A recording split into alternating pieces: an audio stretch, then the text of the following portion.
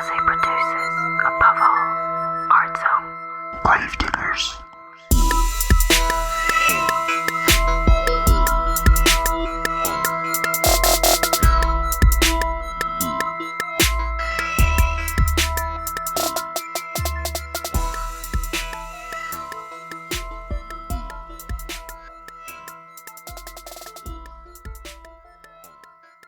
Hello, everyone.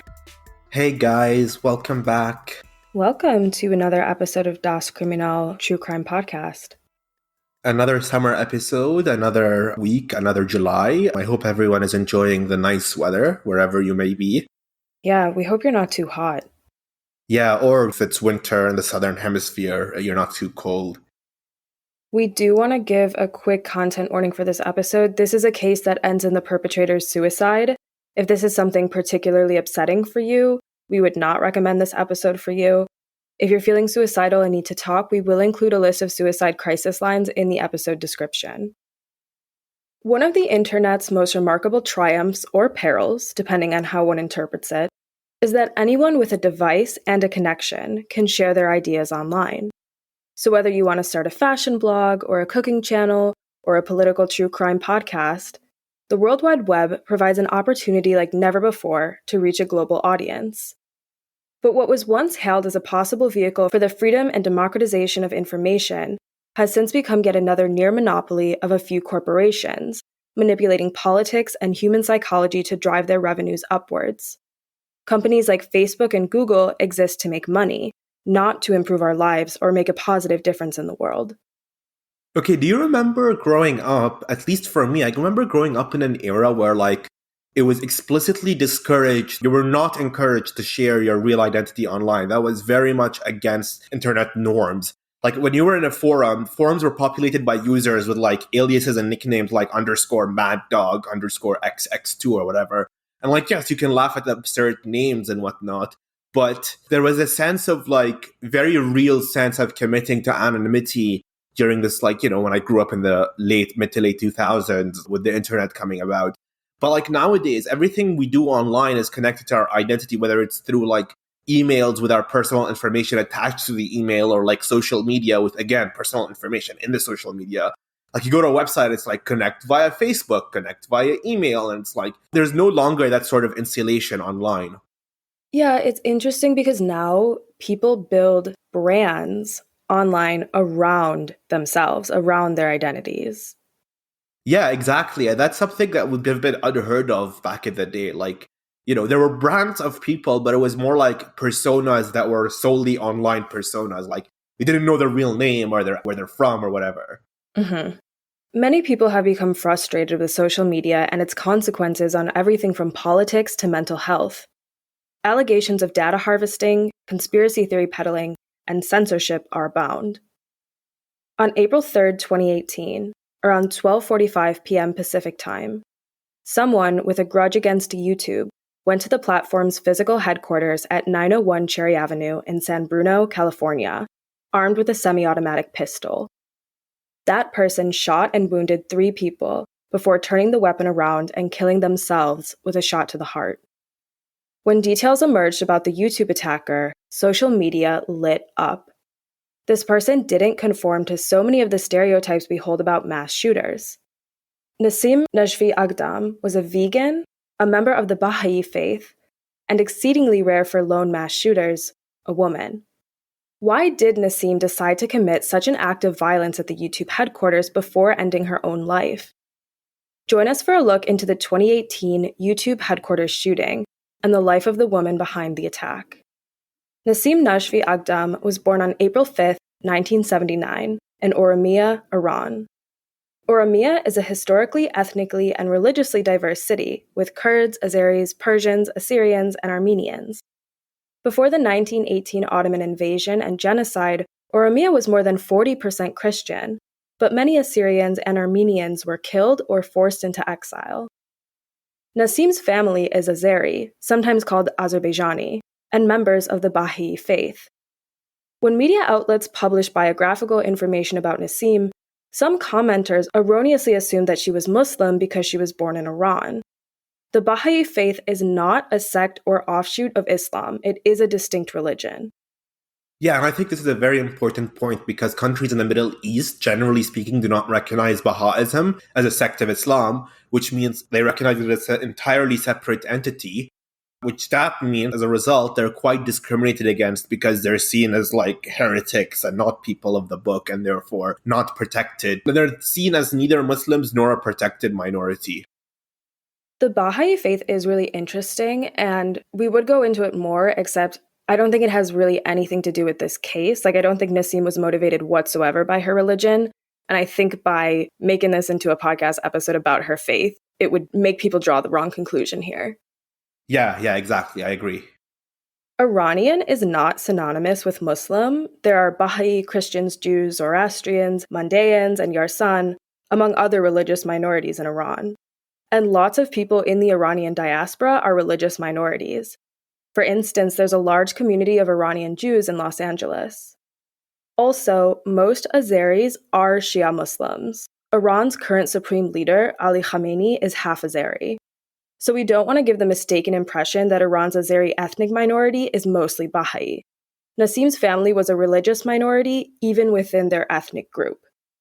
Citing religious discrimination, Nasim's family moved to the United States, eventually settling near San Diego in Southern California. I only found one source that noted when her family emigrated. It gave the year as 1996. If this is true, Nasim would have been 17 when her family came to the US. Farsi Wikipedia says that Nasim spent, quote, more than half her life, end quote, in the United States, so that tracks with her being a teenager when her family moved. Yeah, just as an aside, there's a significant population of Baha'is here in Toronto, which I assume is a result of an exodus following, their religious persecution. Aside from that, however, we don't know much about Nasim outside of the content she shared online. Details like her education, career, and romantic history don't appear in searches. I think this is because Nasim largely separated herself from public life. She posted in Persian on Instagram, quote, "I think I am doing a great job. I have never fallen in love and have never got married. I have no physical and psychological diseases. But I live on a planet that is full of injustice and diseases," end quote. To me, this reads like an admission that she thinks society is unhealthy and that she wants people to think she's proud of insulating herself from others. But in my experience, people who post things online about how happy they are to be single are not happy to be single. Yeah, also separating yourself from the world because you think it's bad is not exactly the sign of a healthy mindset, I think. It's just running away from problems and like self-isolating, which is not, psychologically healthy. Definitely, yeah. At the time of the attack, Nasim was 38 years old, 2 days away from her 39th birthday, and lived near San Diego. Some sources indicate that she lived with her grandmother, and others report that she lived with her parents. So I think it's possible that multiple generations of the family lived together in the house. I don't think it's weird for adults to live with older relatives, and I think we need to stop the stigma around it, especially when housing is so unaffordable, and so is caring for older people, so it makes sense that a younger family member might live with them to help them out. I agree to an extent. I do think that we should encourage multiple generations of family living together. I do think that another issue that this relates to is the availability of housing and the design of housing in and of itself. So to give you an example, back home on my mom's side in Kuwait, my grandma used to live in this giant villa and several of her children, like my uncles and aunts, lived with her. But because the villa is large, they had separate wings, each smaller family unit within that larger family structure had enough privacy and enough space that people didn't feel like they were being coddled or people were living on top of each other. It was each floor had its own little living room and little bathrooms and bedrooms and whatnot. And then a big living room in the first floor where people would gather for lunch and dinner and whatnot. But you also could retreat to some semblance of privacy and personal space. Yeah, I think part of the housing crisis, especially in a place like Southern California, is of course that all housing is unaffordable, but then also that the housing that exists doesn't match people's needs. Yeah, exactly. All of that being said, I don't think Nasim developed healthy relationships with people outside her family as an adult. In all the articles I've read about this case, the only people who talk about Nasim are her own family members. Nobody discusses knowing her as a friend, coworker, romantic partner, or even an acquaintance. Maybe people don't want to admit to hanging out with someone who would eventually shoot up a tech company, but I think it's more likely Nasim didn't form relationships with people outside her family. People are typically eager to discuss their connections to a well-known shooter or serial killer. Search for a case on a website like Reddit, and you'll often find dozens of comments of people saying they or their parent, sibling, friend, coworker, etc. knew the killer and sharing a personal story about it. I think we don't see this in Nasim's case because she didn't socialize with other people apart from her family and online interactions. I tried to find information about her schooling or work history in America, and I couldn't find anything, so I'm not sure if she just stayed at home and published videos, or I don't know what her sort of daily life looked like, but either ways, it really seemed like she was very isolated. A video posted after the shooting by Good Morning America and ABC News shows a clip of Nasim's bedroom at her parents' house. And it's a child's bedroom, not the room of an adult who's nearly 40 years old. The room has a twin bed in the corner with pink and green floral bedding, a dresser, and a blue wall where the family says Nasim would film her videos. It's not the space of a well-adjusted, independent adult. I'm not in my bedroom right now, but if I were and I looked around, I would see things like birthday cards from my friends and mail that I have to go through, and these sort of objects that represent me being an adult. There's none of that in Nasim's room. Yeah, that is really disturbing. First of all, it's weird that you don't have any meaningful connection with people outside your family, which is clearly what's happening here. But it's also weird that you're living in a room that looks like it's been frozen in time from the time you were 9 years old. Right. I went away to university, but I came back and I was living with my parents. And the first thing I did was take out my twin bed from when I was a child and get a bigger, adult bed. Yeah, same. Even back home, whenever I go back to my family's house in Bahrain, now I have a room with my private bathroom and also a queen size bed, and all the stuff I had when I was a kid, fucking posters for games or whatever, have been taken down and there's replaced with framed certificates and stuff like that. Her room, you can look it up online and I'm sure you can find images, is so stark. That's what's strange to me about it. There are no posters and things that represent her interests. Yeah, it looks very sterile, very, very sterile. The evidence available suggests that Nasim had some issues where she struggled to socially connect with other people. However, I don't want to play armchair psychologist and try to diagnose Nasim with a specific condition because I don't want to add to the stigmatization that people with mental illnesses already face. But I feel reasonably confident in saying Nasim had some troubles with her mental health because, she shot 3 people and then killed herself, and that's not something that people with healthy coping mechanisms typically do. Almost all of what we know about Nasim Najfi Agdam comes from her YouTube channel and other social media accounts. Posting under the name Nasim Asabs, or Green Nasim, she published content in English, Persian, and Azeri Turkish about veganism, fitness, and other topics of interest to her. Most of her original content has been removed since the shooting, but you can still find archives and reposted videos online. Nasim's online aesthetic is unique. Joe Livingstone writes for the New Republic, quote, "First, she was a very conventionally beautiful young woman, with strong eyebrows and a symmetrical face and a thin body. But her haircut was feathered and short, almost retro, and she dressed in strange outfits, wearing a camouflage print bodysuit in one video, a blonde wig in another. In the background, Agdam often used video footage of animals like cows and chickens and rabbits." End quote. Okay, conventionally beautiful young women, I guess, is true in a sense. But from the videos I watched, or the pictures and the videos I've seen, she looked very I don't know, she looked like a mannequin or a puppet. It wasn't the physicality in and of itself. It was the way her haircut was and her makeup especially was very disturbing, was very jarring. The whole thing is very uncanny valley. Yes, absolutely. Yes, that was the good analogy, yes. Nasim liked to produce parody videos of popular songs to encourage veganism, but these weren't Weird Al Yankovic-style parodies where she would just change the words to satirize something. Incidentally, Weird Al is also a vegan, though he admits he occasionally cheats, And he doesn't use profanity or promote drugs or alcohol in his songs. And his Party in the CIA tune actually takes some really good digs at US imperialism.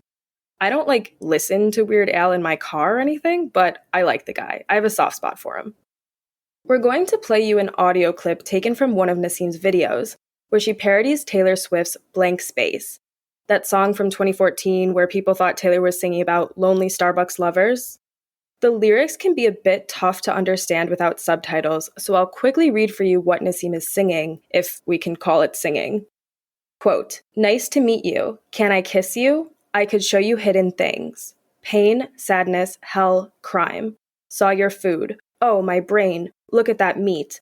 It looks like your next heart attack. Life's a game. Want to play? New job, wife, cell phone. This is all you want. Ain't it funny? I know you hate me, but hey, let's be friends. I can make meat eaters angry in a second. They tell you I'm insane because you know I hate the meat and you hate to change." End quote. The visual part of the video primarily features Nasim wearing a blonde wig, presumably to look like Taylor Swift, and walking around her house, with some pictures of chicken green screened in. Just a warning, this audio clip is kind of creepy isn't the right word, but it's unsettling. Again, goes back to uncanny valley. It's very disturbing. Also, following that, I feel like I've been watching the breakdown of a person's mental faculties in real time, and it just genuinely unsettles me. So here's the clip. Nice to meet you, can I kiss you? I could show you hidden things. Pain, sadness, hate, crime, saw your food, oh my brain. Look at that meat, it looks like your next heart attack. Life's a game, wanna play. New job, wife, cell phone, this is all you want, ain't it funny? Ha ha ha ha. I know you hate me, but hey, let's be friends. I can make meat eaters angry in a second. They will tell you I'm insane, cause you know I hate the meat and you hate to change.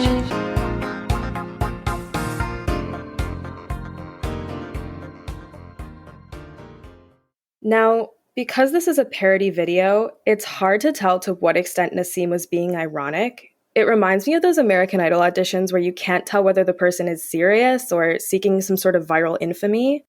But I'm inclined to believe, from the archived collection of her website and videos and from her later actions, that while Nasim was being satirical, she was serious in that satire, if that makes sense.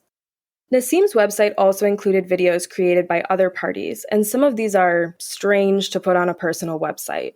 For instance, Nasim embeds a video titled Anal Sex Safety and Health Concerns, under the heading Health Risks of Anal Sex. She doesn't write anything about this video or why she included it on the site, it's just there. And she wrote out the title, so it's not as though it's a mistake. Again, I don't want to pretend like we have some unique insight on Nasim's mental state, but it seems clear to me from her behavior that she wasn't a stable, well-adjusted adult with a healthy social life. Beginning in 2016 and really taking effect in 2017, YouTube began tightening its policies regarding which videos were eligible for third-party advertisements. The YouTube community frequently refers to this as the adpocalypse, as many creators saw their content demonetized and therefore their income through YouTube drastically cut. The reasons for the adpocalypse, through the eyes of Google and its advertising partners, are pretty straightforward.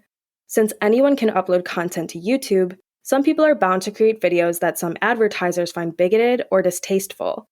Companies like Apple, TurboTax, and Expedia, which advertise heavily on YouTube, don't want their products and services promoted before or during controversial content.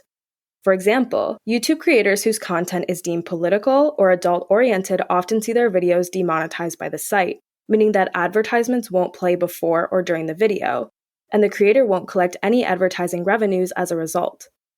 Since hundreds of hours of footage are uploaded to YouTube every minute, they can't all be vetted by workers at Google. Instead, the company applies a heavy-handed demonetization approach and removes advertising from any content that corporations might find objectionable. As a result, large, uncontroversial channels, mainly marketed toward families, have been able to gain the most advertising revenue while other creators find themselves shut out. This is why, and this is a controversial position to take within certain leftist circles, I'm a free speech absolutist in this sense. I think it's very clear that YouTube and, its parent company, Google, operate under this sort of false premise that there are things that are non-ideological, which I guess is true for things like ASMR or a short clip on like how to tie a tie, for example. But it's really frustrating that content online is now policed by a very small, like a handful of tech CEO types that get to decide what constitutes political speech and what doesn't, and what is controversial and what isn't. My YouTube viewing can fit pretty neatly into 3 categories: research for the podcast, so like true crime and politics, makeup tutorials, and ASMR. I've noticed more and more that content creators have foregone advertising through the YouTube third-party system and instead found their own sponsors. So before the creator actually starts the content of the video, they'll do a quick, unskippable ad for the sponsor. Yeah, same here. My YouTube activities summarizes research for the pod, football and gaming guides, and like reviews and tutorials. And I've also noticed that like the way the creators will embed ads in their videos where the creator themselves is like telling you to buy this product or why a certain service is good in terms of like that product or service sponsoring them, and they'll like note that. So because it's part of the main video, YouTube can't demonetize them because they get their sponsorship outside of YouTube's reach. Right. So if we're not being clear, what we mean is often when you watch a YouTube video, you'll notice before it, there's basically a commercial that looks like a television commercial, but it's YouTube, and it'll be, I don't know, Geico or something. And it's typically about 15 seconds long. If it's longer, you can usually skip it after maybe 5 seconds, and then you get to the video. But what people are now doing is working directly with advertisers. So you'll click on the video, there appears to be no advertisement, but then the person will actually start talking and say, okay, before I review this product, it was sent to me by X company. Yeah, exactly. We don't have and don't really expect to have sponsors on this podcast. First, our listenership isn't high enough to warrant third-party advertisements. But second, we know corporations wouldn't want their promotions read during our commie podcast. And frankly, we don't want to shill shampoo and mattresses to you guys. So it's just something we'll have to live with. Yeah, we're not like, unless they offer us like, they could park a truck full of $100 bills in front of my house, then I'll definitely try to sell you like shaver items or whatnot. According to her social media, Nasim Agdam was hit hard by the adpocalypse, noticing both a drop in revenue and overall viewership. She posted photographs of her statistics and revenue on her website, noting that she hardly earns money from the channel. For 300,000 views, YouTube paid Nasim 10 cents. Nasim railed against the company as a dictatorship, even likening it to Adolf Hitler. She posted, quote, "Be aware. Dictatorships exist in all countries but with different tactics. They only care for personal short-term profits and do anything to reach their goals even by fooling simple-minded people, hiding the truth, manipulating science and everything, putting public mental and physical health at risk, abusing non-human animals, polluting environment, destroying family values, promoting materialism and sexual degeneration in the name of freedom, and turning people into programmed robots. Make the lie big, make it simple, keep saying it, and eventually they will believe it. Adolf Hitler. There is no free speech in a real world, and you will be suppressed for telling the truth that is not supported by the system. Videos of targeted users are filtered and merely relegated so that people can hardly see their videos. There is no equal growth opportunity on YouTube or any other video sharing site. Your channel will grow if they want to." End quote. Clearly, Nasim felt that her content was being censored by YouTube due to the ideas she promoted. On her website, which is very MySpace HTML in appearance despite last being updated in the late 2010s, she repeatedly writes that YouTube is trying to, quote-unquote, suppress her. Nasim also talked to her family about how she hated YouTube. Nasim's feelings of persecution extend beyond YouTube. At one point, she uploads a photo of a car tire with a nail stuck in it with the caption, quote, "My car attacked by anti-vegan animal business supporting criminals trying to harm/kill me. Because of animal rights awakening stickers on my car. America, USA," end quote. Okay, a lot to unpack here. First, from the image, I'm pretty sure the way this little nail is stuck in her tire is more likely from her accidentally running over it. If you drive, you know this kind of stuff can happen. I've had a rock from the road hit and crack my windshield and it had to get repaired. Like, it sucks. It's a genuine accident, though. Nobody did anything nefarious.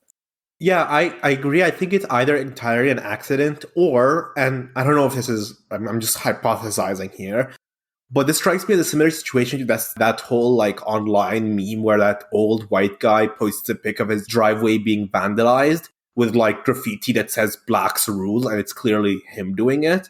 So like, in other words, I was wondering if she, did this to herself as a stunt. I just think if someone wanted to vandalize her car, they'd go full Carrie Underwood on it. I dug my keys into the side of his pretty little souped up four-wheel drive. Sorry, just, whenever someone says Carrie Underwood, that just plays into my head. It's a great song. Oh, it's a bop. It's a Yeah. hit. Also, the people trying to harm/kill me thing over a relatively minor issue often points to a psychiatric problem. Don't get me wrong, corporations do persecute environmental activists. They murdered Berta Cáceres in Honduras, for instance.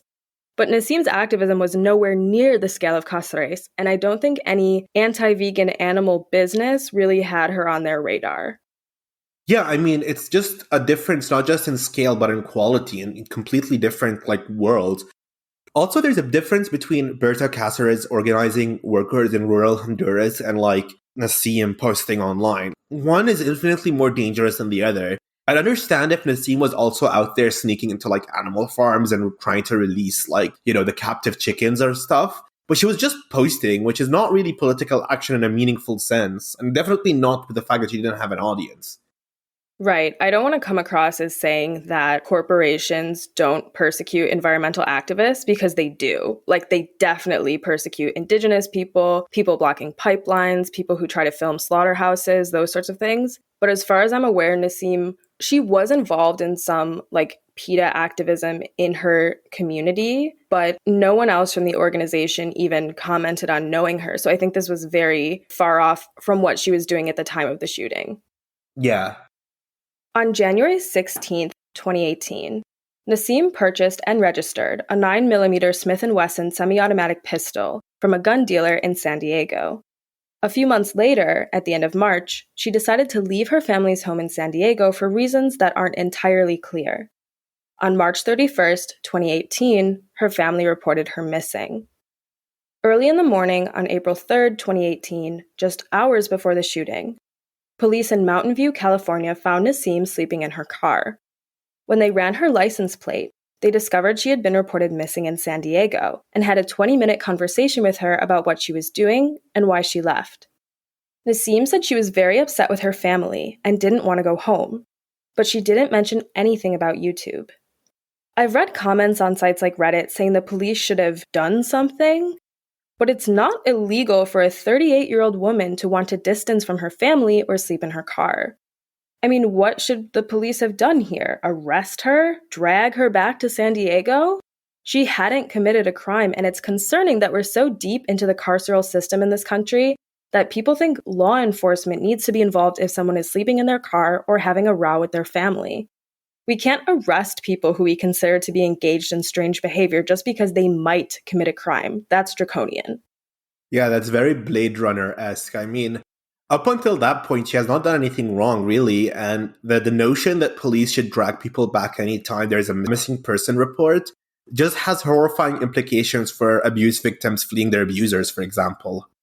Yeah, I think it's really strange and concerning how fast some people are to say, if we so much as suspect someone has a mental illness, we should be able to oppress them, to imprison them with their family. That's basically what's happening to Britney Spears right now. And the whole free Britney backlash. Absolutely. With Britney, it's not even that she's in the middle of a mental health crisis or something. She's been very stable and has shown that she's been healthy for a while now and such.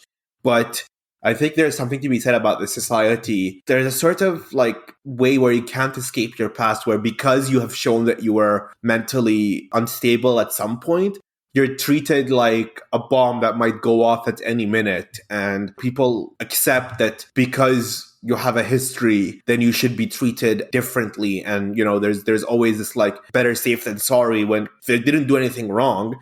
And they deserve to have as much dignity and normal life as anyone, really. Exactly. I couldn't have said it better. Mountain View police called Nasim's family and told them that she was safe up there and sleeping in her car. But once the family realized Nasim's geographic location and her proximity to the YouTube headquarters, her brother called back and warned police that Nasim had a grudge against the company. Mountain View police said they received no warning that Nasim might do anything violent. But as far as I can tell, she had never been violent in the past, and her family had no reason to believe she would commit an act of violence. I think they knew that she had an obsession with YouTube, and once they realized she was up there, they became worried she might try to make a scene. But I don't think they ever expected gun violence and suicide. I think they thought, for lack of a better term, that she might go there and do something really cringe and get herself arrested for trespassing and creating a disturbance. I don't think they ever saw this coming. Oh yeah, I agree. I think they thought she might go there and yell at people or whatever and then get arrested for, public disturbance or whatnot. Because they had no reason to suspect she would bring a gun and shoot someone. It's never indicated in the news whether her family knew she had a gun, but given that they seem to know she had this grudge against YouTube and maybe a history of mental health problems, I am assuming here they didn't know. Because if they did know, that would be much more concerning to them and probably something they would have told police. More because they would worry she hurt herself. Yeah, exactly. There are videos of Nasim's parents speaking to reporters after the shooting, and they are so, so sad. You can tell these people are genuinely shocked and heartbroken, and that they knew Nasim had issues but never expected this. Even the comment section on YouTube itself, which tends to be a cesspool of racism and misogyny, has notes of empathy for Nasim's family. They feel so devastated about losing their daughter and ashamed that she would hurt people. According to the New York Times, 3 people at the YouTube courtyard were injured when Nasim opened fire. A 36-year-old man was in critical condition, a 32-year-old woman was in fair condition, and a 27-year-old woman was in stable condition. A 4th person injured her ankle while fleeing the building. I've been unable to find updates on their conditions, but I think if one of the victims were to later die from their injuries, it would have been reported. So thankfully, Nasim didn't kill anyone else. Nasim's gun had a capacity of 10 rounds, and she emptied the magazine once before reloading. Assuming the magazine was full at the beginning, this means she would have fired 10 shots. Then, Nasim pointed the weapon toward her heart and pulled the trigger, ending the shooting by suicide. The coroner found no evidence of drugs or alcohol in her system. When the media began reporting on the shooter's identity, some people rushed to make assumptions about Nasim to fit their own narratives. As we said, after learning that she was born in Iran, many commenters on sites like Twitter and Reddit postulated that she was Muslim and motivated by religious extremism. But Nasim wasn't Muslim. Her family were members of the Baha'i faith, and both they and the religious community condemned her actions.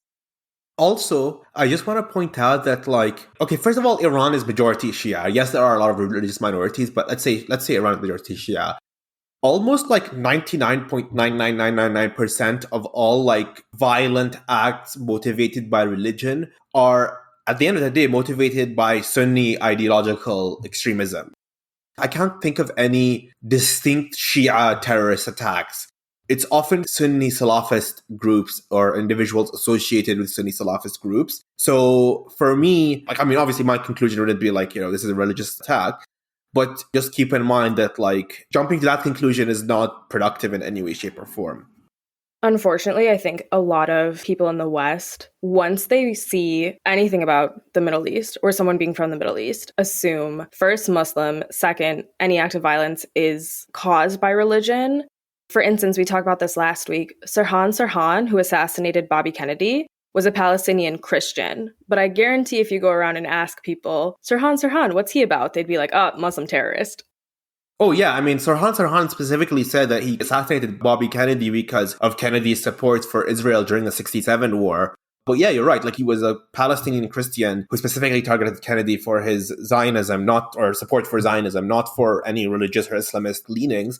But yeah, because he's an Arab from the vague Arab land, people would be like, oh yeah, he's a Muslim, jihadi or whatever. Getting back to Nasim, Republican Congresswoman Dana Rohrabacher from California made unsubstantiated speculations about Nasim being a, quote, illegal immigrant, end quote. This is also untrue. Some trans-exclusionary radical feminists even claim that Nasim was a transgender woman, which is also untrue. She is cis. Because Nasim falls outside so many common stereotypes for mass shooters, people wanted to apply their own biases. And while it's statistically accurate that such attackers are most often men, it doesn't mean they're always men or that women are incapable of perpetrating acts of violence. Misogyny is often a root cause of violence, yes, but it's not the only root cause. We've covered female perpetrators with motivations ranging from religious extremism to resentment toward their strict parents. There is no single, easy-to-pinpoint catalyst for violence, and that's the scary thing. We don't know when an unstable person with a grudge like Nasim Aghdam could react with a gun. But if we don't address these broad root causes of violence, like people feeling alienated and persecuted under the system, whatever that might be, then the violence won't stop. Yeah, I feel like there's a lot here, and I think there's also something to be said about how violence and the sort of atomization and alienation that is a product of this late capitalist hellscape we're in sort of inculcates this urge to commit violence. And, like you said, it's not always men, and women are more than capable of perpetrating acts of violence themselves. But the violence itself, people often rush to try and explain the reasons behind that violence through some ideological lens, whether it's a political grouping or religious extremism, which is also political, to be fair. But sometimes people just lose their shit and want to kill other people. But it's also a reflection of like how broken down society is, that people don't have any support, and therefore they think that their solution to their problems is to go buy a Smith & Wesson and to go to the local, YouTube headquarters or whatever and try to shoot people instead of having a more constructive support network or community of some sort. It's also a case where we're never going to know exactly what broke Nasim, but we know why she did this. She told us why. She said, I hate YouTube. Their algorithm and their demonetization has taken away my channel that I consider very important to me, and I have a grudge against them. That's not a mystery. The more concerning part is why she, out of all of the people who had similar problems with the platform, decided that violence might be the answer. Yeah, exactly. And it's also interesting that it wasn't targeted violence, which is another thing I find fascinating, where she wasn't going there to kill a specific person or target a CEO or whatever. She just sort of wandered around the YouTube courtyard and tried to kill whichever staffers were there who could have been or not associated with the demonetization. There was no connection really for her to sort of target anyone. There was no message or manifesto or whatnot. It was just sort of expression of pure undistilled anger. And it's just concerning because, yeah, again, going back to her being there was a missing person report filed and whatnot. There's really no way anyone could have predicted she would have done this, yes, she said she hated YouTube. And yes, there are definitely issues there. But clearly no one knew she bought a gun. And there's a leap from I hate YouTube to buying a gun and going there and trying to kill someone is a big leap for anyone to make. I don't think it's fair to try and find where could we predicted this? What could she have done that people could say, oh yeah, clearly she's about to shoot YouTube. You know what I mean? No, exactly. And I think too, lots of us, there's people in this world that I'm not a big fan of, and people in this world that really don't like me. But I wouldn't use gun violence as an answer, and everyone around me would be shocked and appalled if I did. Yeah, exactly. It's so fascinating to me what people try to attach some motive to her, even though, like you said, she told us that, I hate YouTube, they took my channel away. And then people immediately were like, no, it's because of a religion or because, she's an immigrant or because she's trans woman or whatever. And it's well, there are certain things that are very important to me. And I don't think that if any of those things were taken from me in a sort of and by things, I don't mean people, people who are close to me. I mean things my podcast, for example, this podcast here. If tomorrow, I guess Spotify or whatever decided to take down our podcast, I don't think my response would be to buy a gun and go down to Stockholm, right? Right. That is clearly the sign of someone who is well past breakdown point and needs immediate help. Well, I think, too, if we could tell when someone was about to commit an act of violence against others or against themselves, as Nasim did both, obviously we would try to prevent it every time. If her family had any indication that she was homicidal or suicidal, they would have tried to do something. Yeah, exactly. And I think, like we talked about, you can't just round up any person who has a history of mental illness or even just strange behavior and like criminalize them. Unless we really get to the root of these problems, there is no fair solution. Yeah, exactly. Like you said, like you put it perfectly in the beginning, where like there's a lot of alienation under this sort of like broad system that need to be tackled with at the root instead of like patchwork solutions. I think Nasim is probably the best example of someone feeling truly alienated in this world that we've ever seen. And I think there's a lot of parts to that. I think there is some sort of underlying mental issue. I don't know what it is. I don't want to try to diagnose her or ever make fun of her. But I also think there's things where, for instance, she is an immigrant from Iran. Her family came here because of religious persecution.